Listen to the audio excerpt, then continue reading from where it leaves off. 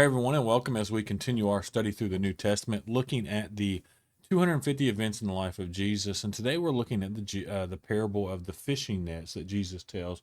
And again, we're going to be in the parables for a couple weeks here, or I'm sorry, for a few more days here as we go through this. And today we're in Matthew 13:47 through 52. And if you're just following along with us, or you're new to this, what we're doing is we're going through the Bible or the Gospels more than anything, chronologically in order as they happen. And so we're in the story of parables that Jesus would teach, and he kind of taught us some of them back to back to back. And so we're looking at that.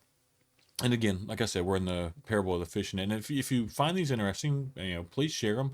And if you want to follow along, subscribe to our channel so that way you get alerted when every day we do a daily video, 5 to 10, 15 minutes that dives into the word that you can go match up with reading. We have a reading plan. You can sign up. There's a link in the description where you can sign up to be part of our group as we read through the New Testament. So we're looking at the parable of the fishing nets, and Jesus again says, he says again, because he's kind of repeating himself about the things of the kingdom of heaven.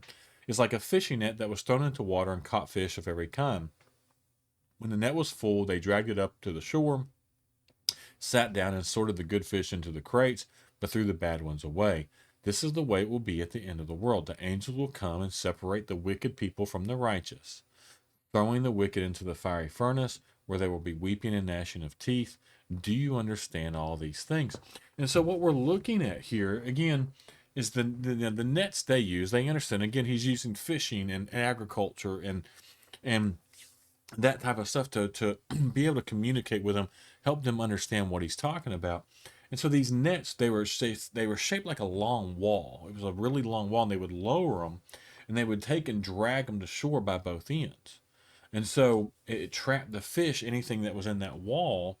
As they came through, it trapped them in the nets, and they would bring them out up to shore. And what they would do, right? Fish without scales and fins were considered bad and unclean. So we wouldn't be able to eat our catfish like we do today. But those fish without scales, without fins, they were considered bad and unclean, and they were thrown away. And so this parable mimics or parallels that, and has the same meaning of the wheat and the weeds that we looked at a couple days ago, where in the kingdom of heaven, in the kingdom of God, you're going to have the good fish, the bad fish, the wheat and the weeds.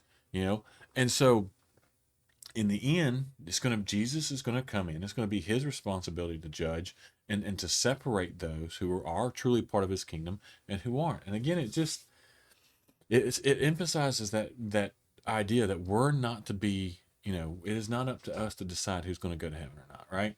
We are to obey God, tell others about him, about his grace, about his goodness, but we cannot dictate who is part of the kingdom of heaven and who is not. Too often in the church, right, and those of us in the Christian world will go around and tell people and say, oh, well, these people are going to hell, you're going to hell, this person is going to hell. And it's like, you know what? Why don't we just stick to the message of Jesus, and we'll let God decide that at the end? Because we got to be careful with that, because even Jesus says in the end that there's going to be several of those who thought they were following him he's going to tell them to get away from him. And so we need to make sure that we're focusing on telling people about God's grace, telling people about God's goodness, right? Who he is, who Jesus is, about the wonderful message of Jesus, right? And let God figure out who's going to be in the kingdom of heaven and who's not, right? I don't think there's anything wrong with that message, right? We know that there's certain, Paul writes about certain lifestyles and certain people, who don't accept Jesus, what their ultimate destruction is going to be. Jesus hits at it, but in the end, it is Jesus who separates, right? In the end, it's going to be him, Jesus, who decides, right? Not us. It's not up to us. We can't say, right? And so we need to make sure that we don't get caught up in that, because it's very dangerous to start playing God. And so we need to make sure we preach the message, teach Jesus, but get away from the judgment and telling everyone where they're going. We don't need to be doing that. It's not up to us. It's not up to us to decide.